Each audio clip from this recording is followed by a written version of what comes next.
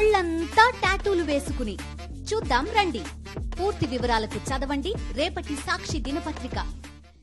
చెరువుల్ని ఆక్రమించిన వారిని ఎవరిని వదిలిపెట్టబోమని తెలంగాణ సీఎం రేవంత్ రెడ్డి స్పష్టం చేశారు. ఆక్రమణదారుల చెర నుంచి చెరువులకు విముక్తి కలిగిస్తామని తేల్చి చెప్పారు. ఎంత ఒత్తిడి ఉన్నా వెనక్కి తగ్గేది లేదన్నారు.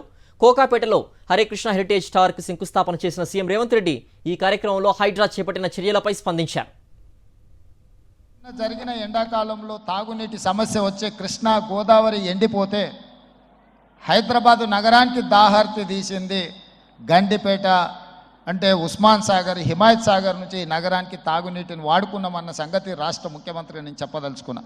ఈ ప్రజలకు కోట్లాది మంది దాహార్తిని తీర్చే ఈ యొక్క చెరువులను శ్రీమంతులుగా గొప్ప వ్యక్తులుగా ఉన్న వాళ్ళు వాటి పక్కనే ఫామ్ హౌజుల పేరు మీద నిర్మించుకొని వాళ్ళ డ్రైనేజ్ కాలువలు తీసుకెళ్ళి గండిపేటలో కలిపినారు. ఇవాళ వాళ్ళ విలాసవంతమైన జీవితం కోసం నిర్మించుకున్న ఫామ్ హౌజుల నుంచి వచ్చే డ్రైనేజ్ గండిపేటలో హిమాయత్ సాగర్ తాగునీటిలో కలిపితే ఆ నీళ్లు హైదరాబాదు నగరానికి తాగడానికి సరఫరా చేస్తుంటే వాళ్ళు నిర్మించిన అక్రమ నిర్మాణాలను వదిలేస్తే ఇక నేను ప్రజాప్రతినిధిగా విఫలమైనట్ట కాదా మీరు ఒక్కసారి ఆలోచన చేయండి.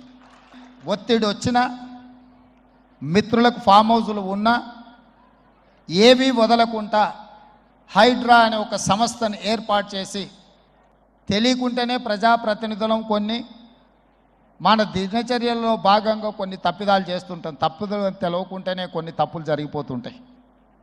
మరి ఆ ఖాతాను సవరించుకోవడానికి, ఆ బ్యాలెన్స్ షీట్ను సవరించుకోవడానికి తెలిసి కొన్ని మంచి పనులు చేయాలని నేను ప్రగాఢంగా విశ్వసిస్తున్నా, నమ్ముతున్నా.